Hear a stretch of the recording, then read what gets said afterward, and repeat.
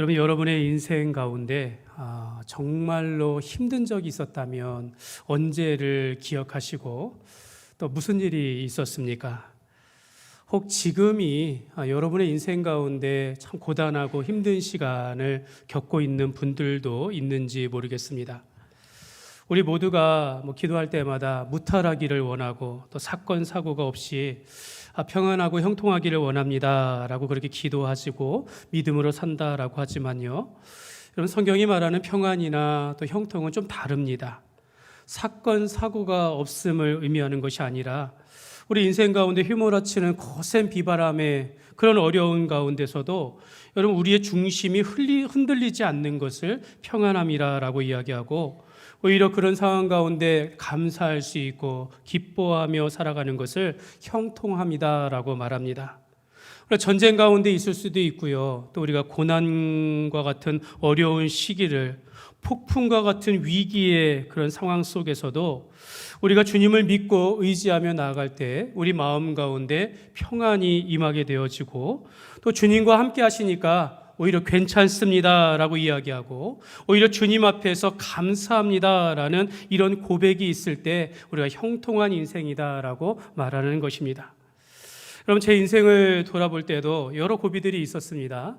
근데 그 중에 하나, 참 이렇게 10대의 시절을 한번 생각해 보면, 고등학교 때 자율학습 시간에 밤늦게까지 이제 공부를 하는데, 그때 이제 좀 이렇게 사춘기는 아니었지만 이게 좀 이렇게 답답함과 또 자괴감으로 인하여 제 어떤 이런 가정이나 여러 환경이나 오고 가는 시간들 이렇게 하면서, 그때 내가 처음으로 이런 말하기 좀 그렇지만 죽고 싶다라는 생각을 한 적이 있습니다. 근데 그때 이미 예수님을 제가 마음에 믿고 있었기 때문에 금방 이제 정신을 차리게 되더라고요. 여러분, 그때의 시간은 저는 지금도 잊지 않습니다. 그때 오히려 그 힘든 순간에 내가 예수님을 믿고 있다라는 것에 대하여 더 확신을 갖고 내가 생명 가운데 살아간다라고 하면서, 오히려 그 시간, 약간의 그 고민하고 어려웠던 그 시간들이 내 인생의 10대의 믿음의 진보를 이룬 그런 시간이 아닌가, 이런 돌아보게 되어집니다. 여러분, 오늘 다윗의 인생을 돌아보면 그의 20대의 전 시간들을 사울을 피하여 여기저기 숨어 다니는 이런 형편에 처하며 살아가게 되어집니다. 다윗은 처음에 사울을 피할 때 저 모압 땅으로 들어가서 안전할 수 있었는데, 하나님께서는 갓 선지자를 통하여 다시 고향으로 유다 땅으로 들어가라라고 하면서 사울의 눈 안에 있는 그 지역으로 들어가게 되었다라는 것이죠. 이때로부터 다윗은 사울 왕을 피해서 광야에서 광야로 전전긍긍하며 도망다니게 되어집니다. 여러분, 이 그림을 한번 보시면요, 다윗이 도망다니던 경로입니다.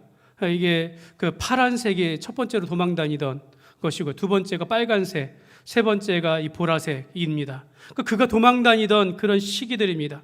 처음에는 라마에서 헤레 수풀까지 여기저기 돌아다니면서 도망다녔고, 두 번째로 오늘 말씀에 나오는 그일라에서 심황무지라는 이 광야 지방까지 여러 곳을 돌아다니고, 또 나중에는 블레셋 땅으로 다시 들어갔다가 시글라까지 내려가서 도망다니는 그런 인생을 삽니다.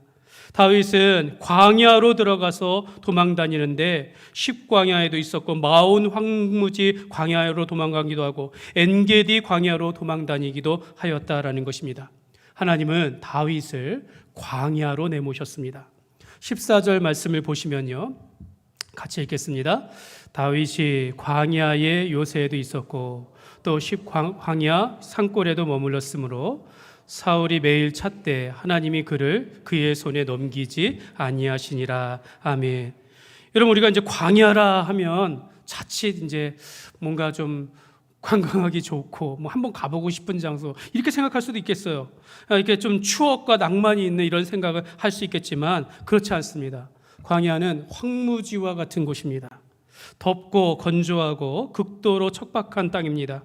비가 내리지 않아서 숲이 없고 초원이 사라지고 사막화되어지는 그런 땅입니다. 광야에는요, 낮과 밤의 기온차가 커서요, 거기서 머무르기도 어렵고 마실 물과 또 구할 양식을 구하기도 참 어려운 것입니다. 여러분, 가장 무서운 건 뭐냐면 광야에는 길이 없습니다. 하나님은 그런 다윗을 그런 광야로 내몰아서 사울을 피해 도망다니 도피 생활하는 그런 신세에 처하게 하셨다라는 것입니다. 근데 여러분, 우리가 신앙생활을 좀 해보신 분들 아시겠지만 성경에서 광야라 한다라고 하면 이 특별한 의미가 있다라는 거죠. 여러분, 광야는 성경을 보면 영적으로 연단을 받고 하나님 앞에 은혜를 받는 그런 자리로 영적으로 해석합니다. 그러니까 광야는 길이 없지만 하나님께서 그의 길이 되어주시고, 광야는 숨을 곳이나 먹을 것을 주지 못하지만 하나님께서 그의 피난처시요 그의 생명을 지켜주시는 분임을 깨닫게 하시는 곳이다라는 겁니다.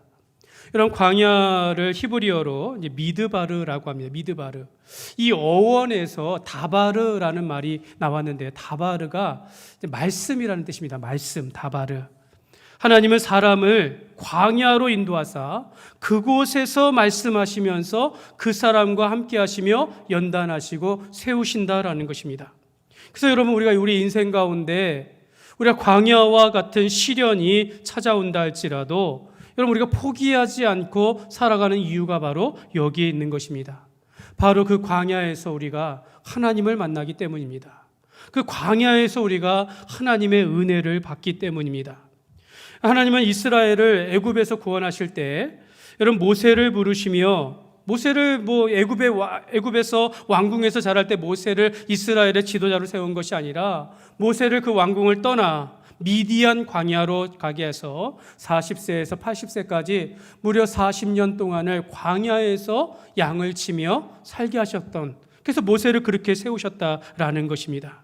여러분, 물론 객관적으로 보면 광야에서의 삶은 인간적으로 볼 때 매우 고독한 자리입니다. 고난과 고통의 자리라고 할 수 있겠습니다. 여러분, 우리 인생 가운데 여러 가지 시련이 찾아올 때 참 고독하지요. 많은 친구가 있지만 그게 소용이 없어요. 그때는 아프고 힘든 시간들을 보내게 되어지는 거죠. 바로 그러한 시련 속에서 오히려 우리가 하나님 안에서 연단을 받게 된다라고 말하는 것입니다. 우리가 그때 하나님을 찾게 되어지고, 그때 하나님께서 나를 돌보심을 깨닫게 되어지고, 우리가 영적으로 회복하면서 새 사람이 되는 것이 우리 인생의 광야와 같은 시련의 시간들이는 것입니다. 모세는 광야의 시간을 거치면서 그 속에서 하나님의 부르심을 받아서 이스라엘을 애굽에서 구원하는 지도자로 그렇게 서게 되어집니다. 여러분, 이렇게 볼 때 다윗이 광야에서 광야로 도망다니는 신세이지만 그 속에는 하나님의 뜻이 분명히 있을 것이다 라는 것을 우리가 알게 되는 것입니다. 여러분, 다윗은 장차 이스라엘의 왕이 될 사람입니다. 하나님은 다윗을 장차 이 왕이 되도록 기름 부으시고는 그를 광야로 인도하신 것입니다. 우리가 이걸 살펴보기를 원합니다. 하나님은 광야 가운데 다윗을 어떻게 연단하시는가, 오늘 말씀을 통하여 우리가 함께 살펴보기를 원합니다. 첫 번째로, 하나님께서 다윗을 광야로 인도하시는 이유는 영혼을 사랑하며 돌보는 그런 사람이 되게 하셨다라는 것입니다. 오늘 본문에 그일라 지역에 있는 사람들이 다윗에게 찾아와서 지금 우리 지역에 블레셋이 쳐들어와서 우리 타작마당에 있는 곡식들을 탈취해 간다라고 하면서 도와달라라고 도움을 요청하게 되어집니다. 다윗이 지금 이렇게 도움을 청하는 사람들이 자꾸 자기 곁에 생기는 거예요.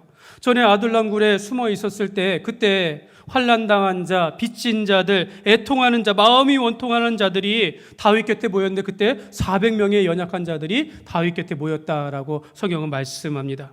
이번에는 그일라 사람들이, 블레셋 사람들이 자기들을 쳐들어왔다고 이게 도와달라고 지금 찾아왔다라는 거죠. 이때는 뒤에 말씀해 보면 이미 600명의 사람들이 다윗과 함께하고 있었다라고 말합니다. 아니, 혼자 도피하기도 힘든데, 혼자 도망다니기도 힘든데 이미 600명의 사람들이, 그것도 다 뭔가 사연 있는 사람들, 힘든 사람들이 다윗 곁으로 모였고, 이 그일라 사람들도 지금 도움을 요청한다라고 하니 다윗이 지금 외면할 수 없게 되는 그런 상황이었다라는 겁니다. 이렇게 다윗은 지금 자기가 지금 누구 돌볼 형편이 아님에도 불구하고 그의 곁에는 그가 돌봐야 할, 그가 돌보고 도와줘야 할 사람들이 계속해서 지금 모이고 있다라는 것입니다. 하나님께서 다윗에게 이러한 사람들을 보내시면서 그 사람들을 사랑하며 돌보는 법을 지금 하나님께서 마치 이렇게 가르쳐 주고 있는 그런 모습이었다라는 것입니다. 너의 본분이 바로 이것이다라는 것을 하나님께서 가르쳐 주시는 것 같습니다. 너의 형편과 너의 처지를 떠나서 네가 지금 그렇게 힘들다라고 한다 할지라도 그래도 내 주위를 돌아보라라는 거죠. 너와 같이 연약한 자들을, 영혼들을 사랑하며 그들을 돌보는 사람이 되어라라고 하나님께서 말씀하시는 겁니다. 그 일라 사람들은 이 블레셋 진영과 가까운 위치에 사는 사람들입니다. 여러분, 이 블레셋은요 매우 악랄하고 교활한 족속이에요. 열심히 농사해가지고 추수하여가지고 이제 타작마당에서 널어서 이제 곡식을 거둬들이면서 이제 저장하려고 하는데 그때 딱 이 블레셋이 쳐들어와가지고 다 노략질해 갔다라는 것입니다. 여러분, 이런 어려움이 생기면 어떻게 해야 합니까? 왕을 찾아가야 되지 않습니까? 사울 왕을 찾아가야 되는데 이 그일라 사람들이 지금 다윗을 찾아왔다라는 거예요.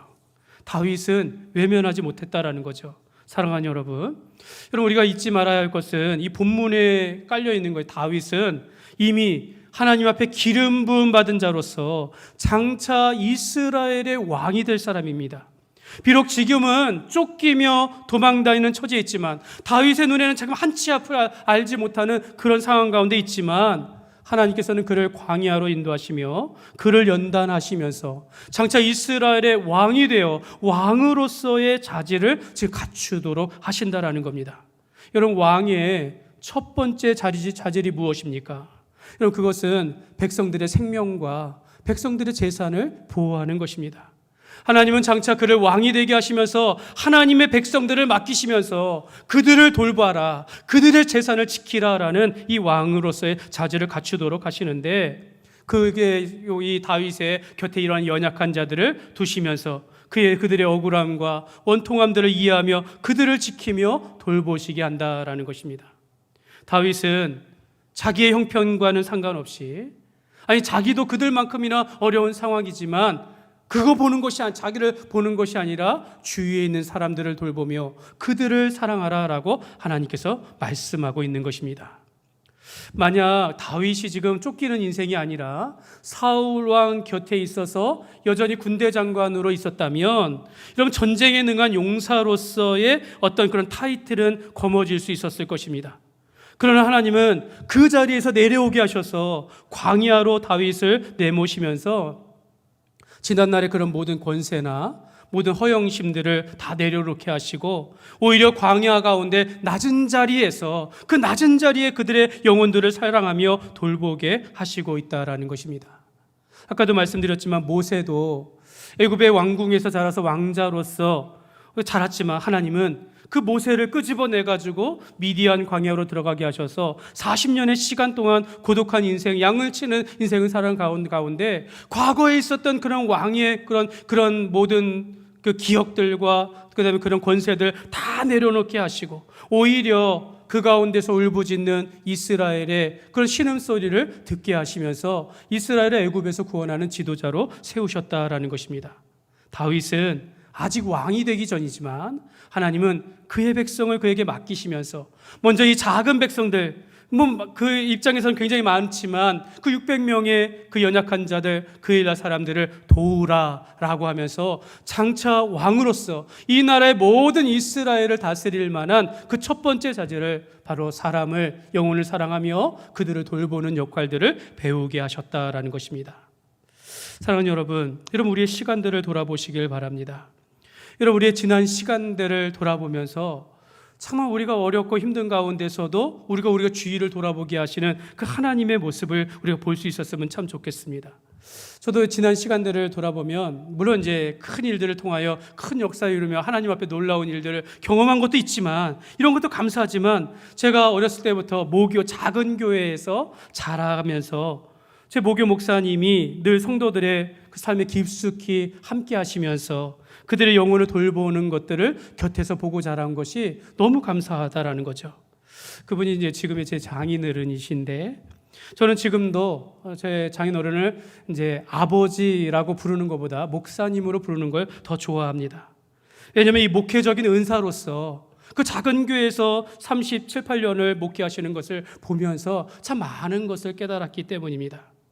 여러분, 우리가 작은 교회에서 자랐지만, 여러분, 우리가 신앙생활이 어둡고 답답한 것이 아니라 우리가 예수님 안에서의 참된 기쁨과 그 은혜를 누리게 하여 주시고, 우리가 주님 안에서의 삶이 이런 것이다라는 것을 배워본다면, 여러분, 큰 교회당에 있으나 작은 교회당에 있으나 아무 아무 상관이 없다라는 거죠.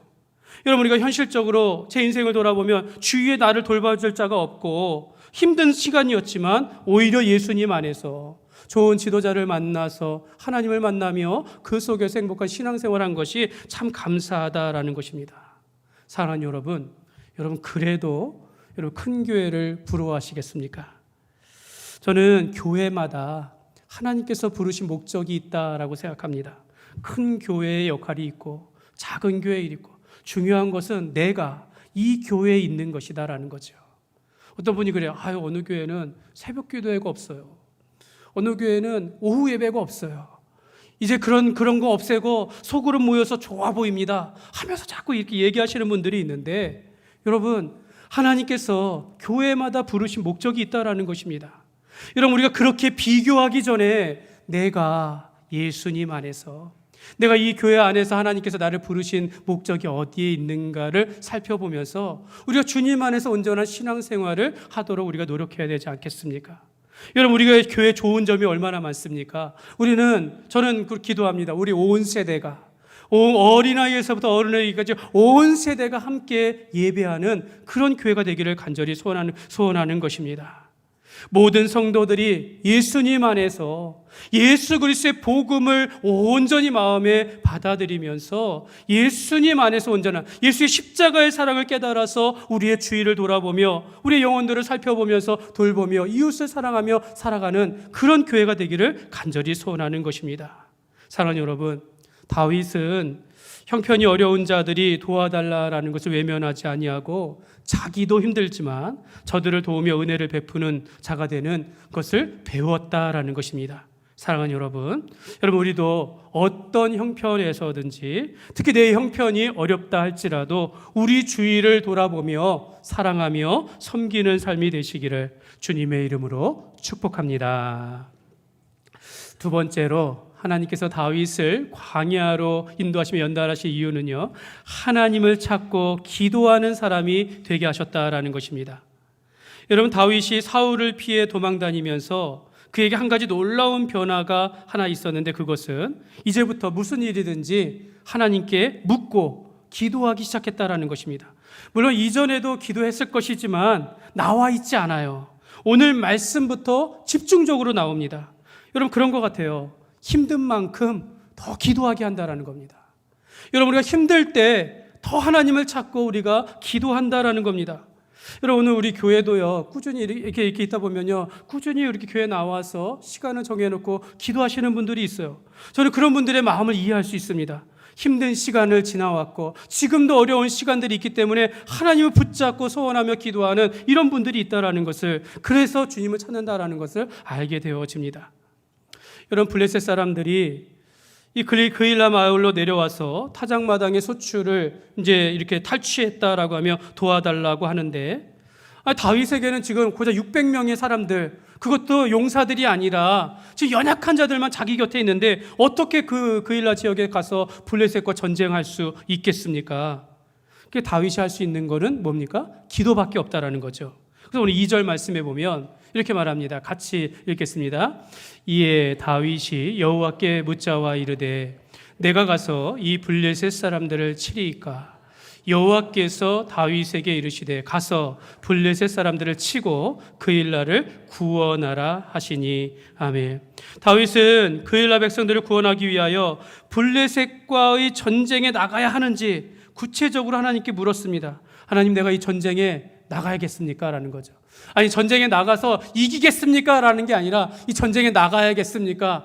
다윗이 좀 주저하면서 기도했던 것 같아요. 솔직하게 기도했던 것 같습니다. 근데 놀라운 것은 하나님이 바로 응답하셨다라는 거예요. 가라라는 거, 가라. 가서 싸우라라는 겁니다. 근데 그때 곁에 있는 신하들이 뒤에 말씀해 보니까, 아니, 지금 우리가 이 땅에 지금 있기도, 지금 여기 있기도 두려운데 우리가 어떻게 나가서 싸울 수 있겠습니까? 옆에 있는 사람들이 그렇게 이야기하는 거예요. 주저하는 겁니다. 다윗이. 하나님은 가라고 했는데 현실적으로 보면 가서 싸울 수가 없는 상황에 있다라는 걸 옆에 있는 신하들이 이야기하고 있다라는 거죠. 이때 다윗은 어떻게 합니까? 또 기도한다라는 겁니다. 여러분, 곁에 있는 사람들 얘기를 들어보니까 정말 그런 것 같아요. 지금 나가서 싸워서 이기면 다행이겠지만 만약에 진다면 죽는 것이고, 또 전쟁하다가 사울이 이 소문 듣고 쫓아오면 피할 수 없는 것이고, 전쟁에서 상처라도 입으면 도망갈 길이 없으니 이 전쟁은 여러모로 불리한 것이다, 손해다 할 수 있는데 하나님은 가라고 하시고 옆에 있는 사람들은 가지 말라라고 하는 거죠. 근데 그때 다윗은 하나님께 또 기도했다라는 겁니다. 여러분, 이게 다윗의 변화입니다. 다윗은 위급한 상황 속에서도 하나님께 기도할 줄 아는 그런 사람이 되었다라는 겁니다. 황무지와 같은 광야 가운데 있을지라도 하나님을 찾을 줄 아는 자가 되었고, 이길 수 없는 전쟁 앞에서 굴하지 아니하고 절망하지 아니하고 하나님께 기도하며 하나님께 물으며 하나님의 뜻에 순종할 수 있는 믿음을 가지게 되었다는 겁니다. 객관적으로 보면 지금 자기도 도피하는 생활 가운데 있는데 지금 내가 지금 누구를 돕고 누구를 구원할 수 있겠습니까? 그러나 하나님께 기도하니까 하나님께서 가라 할 때 이제 순종하게 되었다라는 겁니다. 여러분, 기도하는 사람은요, 여유가 있습니다. 사람의 형편을 따지면 이게 불안하고 급하고 이게 해야 될지 말아야 하는데 하나님은 명확해요. 가라, 가지 마라. 이길 수 있다, 이길 수 없다. 하나님의 뜻에 순종하면 모든 것이 편하다라는 겁니다. 두 번째, 하나님께 기도하였더니 하나님은 더욱더 구체적으로 응답하여 주시는데, 일어나서 그 일나로 내려가라. 내가 블레셋 사람들을 내 손에 붙이리라 라고 말씀하신다라는 거예요. 이제 일어나 가라는 겁니다. 이제는 블레셋을 내 손에 넘기리라 라고 하시면서 네가 나가서 싸우면 반드시 이기리라 라고 알려주십니다. 첫 번째 응답보다 두 번째 응답이 더 정확하고 구체적으로 응답을 받았다라는 겁니다. 여러분, 이거 얼마나 감사한 일입니까? 하나님은 다윗을 기도하는 자리로 이끄셨고, 이제는 하나님 앞에 친밀하게 구체적으로 성경의 표현을 보면 정직하게 하나님 앞에 기도하였을 때에 하나님께서 그에게 응답하여 주셨다라는 겁니다. 다윗은 기도하면서부터 이제 하나님 앞에 사람들 앞에 여유가 생기기 시작했다라는 거죠. 모든 일을 믿음으로 일을 행하기 시작하니까 모든 것이 형통한 인생, 확신 있는 삶을 살게 되었다라는 겁니다.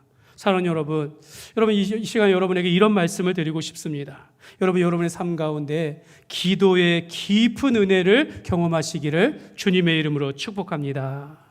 저는 여러분들에게 기도의 달인이 되십시오 이런 말 하지 않아요. 여러분, 어떤 기도의 경지에 올라서십시오 이런 말 하지 않아요. 여러분, 이건 미신입니다. 미신. 마치 뭔가 기도를 해서 뭔가 능력을 받고 이런 것처럼 미신이에요. 미신. 기복입니다. 기복. 그러나 온전한 기도의 사람으로 하나님 앞에 기도하며 하나님 앞에 응답받는 이런 은혜의 체험이 여러분에게 가득하시기를 간절히 소원하는 것입니다. 여러분, 우리는 기도는요, 다윗과 같이 해야 합니다. 많은 사람들이 기도를 잘하기를 원하고 기도를 더 높은 경지로 오르려고 노력하는데 그건 종교적인 기도인 것이지, 하나님께서 원하시는 기도는 하나님과의 인격적인 만남과 만남과 대화를 의미하는 겁니다. 여러분, 우리가 기도를 다윗과 같이 올바르게 하기 위해서는 하나님과 올바른 관계를 먼저 맺어야 합니다. 여러분, 저와 여러분은 예수님을 믿음으로 말미암아 하나님의 자녀가 된 줄 믿습니다. 믿습니까? 우리는 예수님을 믿음으로 말미암아 우리는 이미 하나님의 자녀가 된 줄 믿습니다. 자녀라면 하나님을 아버지라 부릅니다. 아버지 하나님께 우리의 필요를, 우리의 형편을 솔직하게 정직하게 구하며 나아가는 것이 바로 기도라는 것입니다. 우리가 자녀로서 아버지께 주의 이름으로, 예수의 이름으로 간절히 기도하며 그분의 응답을 받는 것, 이게 바로 정상적인 기도 생활이라는 것입니다. 그러므로 여러분이 어떤 형편에 있든지 다윗과 같이 정말 이 어려운 가운데 있을 때 우리가 하나님을 더욱더 찾고 기도하면서 응답받는 삶이 되시기를 주님의 이름으로 축복합니다. 세 번째로, 하나님께서 다윗을 광야로 인도하신 이유는요, 하나님의 돌보심을 경험하는 사람이 되게 하십니다. 여러분, 다윗은 블레셋을 물리치고 이제 그일라 사람들, 주민들을 이제 구원하였습니다. 주인공이 나오셨네요. 네, 빨리 꺼주시기 바랍니다. 네. 다윗은 블레셋을 물리치고 그일라 사람들을 구원했지만, 여러분 이 그일라에 있는 어떤 사람들이 오늘 다윗이 여기 있다라고 하면서 그 사울에게 고자질했다라는 거예요. 그러니까 그일라 사람들이 지금 다윗을 도움을 받고도 배반했다라는 겁니다. 그랬더니 이 소식을 들은 사울은 야, 이제 드디어 하나님께서 다윗을 내 손에 넘기셨구나, 다윗이 저 그일라 성읍에 있으니 이제 다 갇혔구나 라고 하면서 좋아했다라고 성경은 말합니다. 근데 여러분 어떻게 됩니까? 다윗이 사울의 음모를 알게 되어져요. 하나님께 묻습니다. 하나님, 그일라 사람들이 나를 배반할까요? 하나님께서 배반할 거니 지금 떠나라 라고 하면서 하나님 앞에 기도하고 난 후에 600명의 사람들을 이끌고 성을 나와 다시 광야로 들어가게 되어집니다. 곧바로 그렇게 해서 다윗은 사울을 피하여 목숨을 건지게 되었다라는 겁니다. 여러분 겉으로 보면 그일라 사람들에게 은혜를 베풀고도 이 고자질 당해서 배반을 당했으니 얼마나 속상한 일이에요. 그런데 다윗은 그러지 아니하고 오히려 기도하면서 하나님의 돌보심을 받아 생명을 건졌다라는 것입니다. 오늘 14절 말씀을 보시면요, 다시 한번 읽겠습니다. 다윗이 광야의 요새에도 있었고 또 십광야 산골에도 머물렀으므로 사울이 매일 찾되 하나님이 그를 그의 손에 넘기지 아니하시니라. 아멘. 여러분 이 말씀에 두 가지 중요한 사실을 보여주는데요, 하나는 사울이 다윗을 잡아 죽이려고 매일 찾았다라는 거예요. 매일 사람들을 동원해가지고 매일 찾아다녔다라는 거예요. 근데 두 번째는요, 그러나 하나님께서 다윗을 사울의 손에 넘기지 아니하셨다라는 겁니다. 반대로 말하면 이게 하나님께서 다윗의 손을 붙드셨다라는 거예요. 다윗을 돌보셨다라는 것입니다. 사울은 성읍에 갇힌 다윗을 잡게 되었다 좋아했지만 하나님께서는 다윗을 사울의 손에 넘기지 아니하셨다라는 겁니다. 여러분 돌이켜보면 사울이 다윗을 해하려고 하던 일들은 일찍부터 여러 번 있었어요. 전에 십광야에 있는 사람들이 다윗을 고발한 적이 있었고, 이곳 그일라 사람들이 다윗의 이곳에 숨었다라고 하였고, 사울은 하나님이 내 손에 붙였다라고 하면서 확신하기도 하였고, 또 뒤에도 또 나오지만은 그가 어디에 숨던지 유다 천천인 가운데서도 내가 반드시 찾으리라 라고 하면서 찾아내지만, 그러나 그를 그렇게 잡으려 했지만 다윗은 전혀 잡히지 않았다라는 겁니다. 왜 그렇습니까? 하나님께서 다윗을 붙드시고 돌보셨기 때문이다라는 겁니다. 사울은 다윗을 해할 수가 없었어요. 왜요? 하나님께서 다윗을 붙드셨기 때문입니다. 하나님이 붙들어 주시면서 누구도 해하지 못하도록 함께 하셨기 때문에 다윗은 안전하게 되었다라는 겁니다. 여러분 이렇게 하나님 앞에 꼭 붙들린 그런 인생이 되시기를 주님의 이름으로 축복합니다. 여러분 사울이 매일 찾았지만 하나님께서 다윗을 돌보시니 다윗은 안전한 겁니다. 상황과 상관없이 하나님의 손에 붙들리니 안전한 것입니다.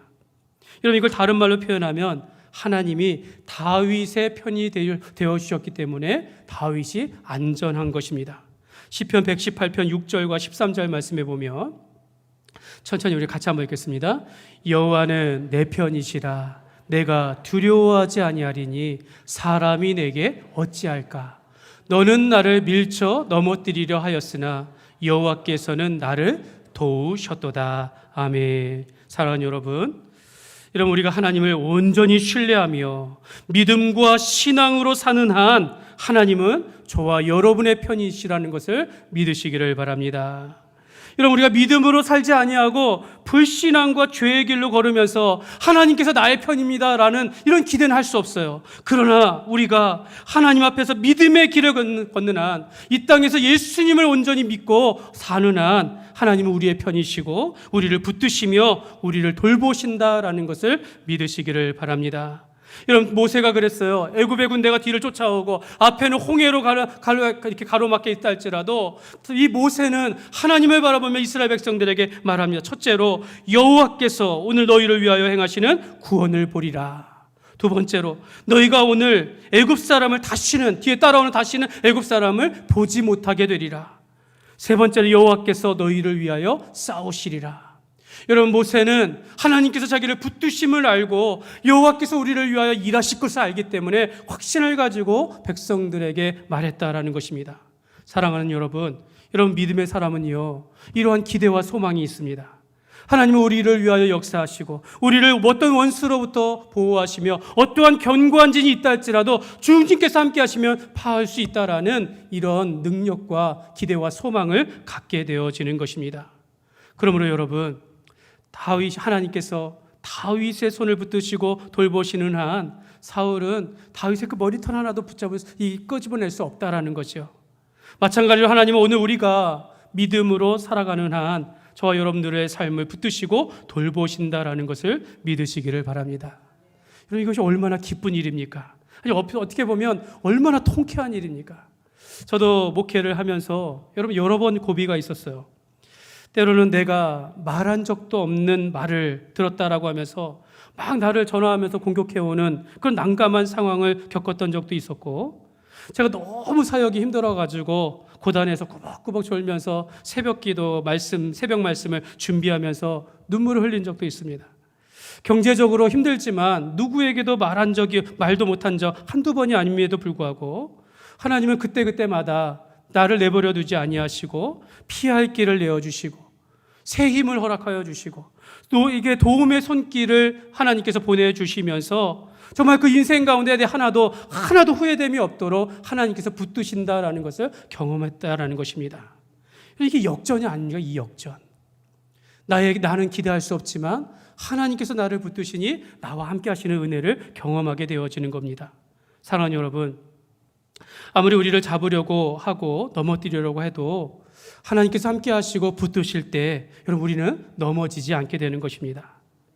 하나님은 우리로 하여금 어떤 원수의 손에서 우리를 벗어나게 하시고 우리를 피할 길을 내어주시면서 우리를 지켜주시는 분이심을 믿으시기를 바랍니다. 그러므로 여러분, 하나님은 우리의 편이시고 우리를 돌보심을 믿고 살아가시기를 주님의 이름으로 축복합니다. 말씀을 맺겠습니다. 하나님은 다윗을 광야로 내모셨습니다. 그러나 이것은 이유 있는 고난의 길이었습니다. 하나님은 그를 연단하시기 위해 부르신 겁니다.